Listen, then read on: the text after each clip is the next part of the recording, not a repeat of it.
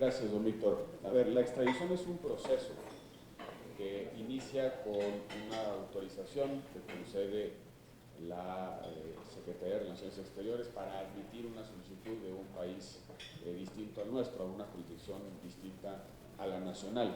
Se ha agotado la primera etapa del proceso. Evidentemente la extradición la conceden los jueces y eso será todavía un camino relativamente largo que dependerá de las defensas que oponga Joaquín Guzmán Loera y también de la celeridad que los jueces den al trámite de la extradición. En el ínter de que concluya este proceso, la PGR está obligada a seguir su investigación, avanzar con las diligencias que son necesarias para dilucidar la responsabilidad de Joaquín Guzmán Loera en nuestro país y también para poder revelar la cobertura institucional y política con la que ha contado por años, por décadas, y específicamente en las 2 evasiones de su situación de reclusión.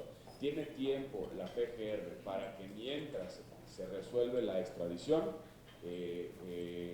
puedas continuar con las investigaciones y se diluciden a cabalidad la responsabilidad de Joaquín Guzmán Loera y de sus cómplices.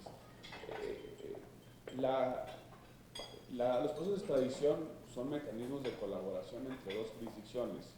Estamos obligados a colaborar con los Estados Unidos en las investigaciones, como Estados Unidos también está obligado a colaborar con nuestro país. La extradición no es una pena, la extradición es un mecanismo de cooperación para poder actuar de manera mucho más eficaz y mucho más profunda en la investigación de ciertos delitos. El narcotráfico, el crimen organizado son delitos transnacionales y buena parte de las investigaciones que tienen en Estados Unidos las autoridades ministeriales y judiciales pueden ser útiles para saber quiénes protegen al Chapo, quiénes lo protegieron, bajo qué condiciones realizó sus actividades ilícitas, etc. No significa la extradición que Joaquín Guzmán Loera vaya a pagar en una cárcel extranjera lo que debió de pagar en nuestro país. Significa mecanismos de colaboración institucional internacionales para poder hacer mucho más eficaz las investigaciones con relación a un determinado caso.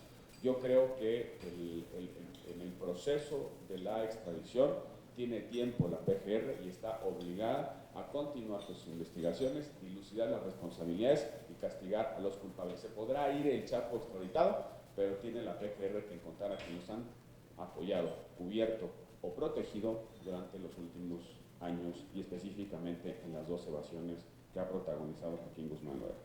Con respecto al clima electoral, evidentemente ha sido una de las campañas electorales donde más acusaciones, más tonos fuera de lugar, más guerra sucia se ha utilizado en el pasado reciente.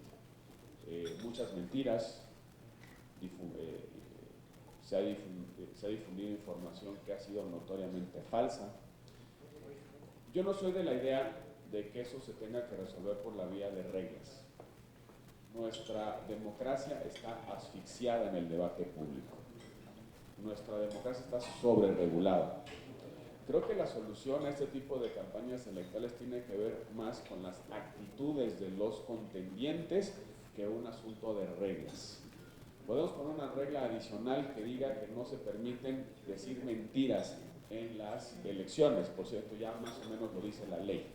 El problema de fondo es que qué tanta disposición tengan los partidos políticos para cumplir esa regla. No es propiamente un tema de legislación, es un tema de actitudes de los contendientes frente a la disputa electoral. Y yo creo que es ahí donde tenemos que trabajar. Entender como sociedad, como partidos políticos, como contendientes, insisto, de que en campaña no todo se vale, de que debe haber ciertos códigos, ciertos límites, porque hay un día después de las campañas electorales. El día 5 de junio iremos a las urnas en 2 entidades de la República, los ciudadanos se pronunciarán sobre las opciones de su preferencia, pero hay un día 6 de junio, y ese día 6 de junio tenemos que seguir construyendo bienes públicos de acuerdos por el país. ¿Con qué condición nos sentaremos a la mesa después de elecciones con esta intensidad y con este nivel de tonalidades de la discusión? Simplemente es muy difícil acercar posiciones. Mi preocupación es que queden pocas posibilidades de encuentro, de acercamiento entre los partidos políticos después de campañas electorales tan intensas. Si nos decimos durante 60 días uno a los otros que somos narcos, ¿con qué posibilidades nos podemos juntar al día siguiente para construir una reforma en materia, por ejemplo, de seguridad pública? ¿Cómo nos sentamos a construir iniciativas, dictámenes, decisiones en materia de Sistema Nacional Anticorrupción si hemos rebajado a tal grado nuestro debate público que no solamente ya no existe confianza, sino simplemente no existe posibilidad de diálogo entre personas que se reconocen con cierta legitimidad democrática para tomar decisiones? Y ahí es donde está el reto de fondo. Vamos a tener que hacer un doble esfuerzo terapéutico después de la elección del 5 de junio, porque han quedado lastimaduras, han quedado profundamente divididos los partidos políticos, sobre todo en algunas entidades federativas. Si desde acá se ven intensas algunas campañas electorales, en tierra es todavía mucho más difícil, se ve todavía mucho más complicado el escenario. Lo que discuten a nivel de candidatos no es nada al nivel de tensión que se genera en una sociedad cuando ese es el tono del debate. Reconciliar eso, restaurar esas heridas es un gran reto político que vamos a tener que enfrentar en el corto plazo.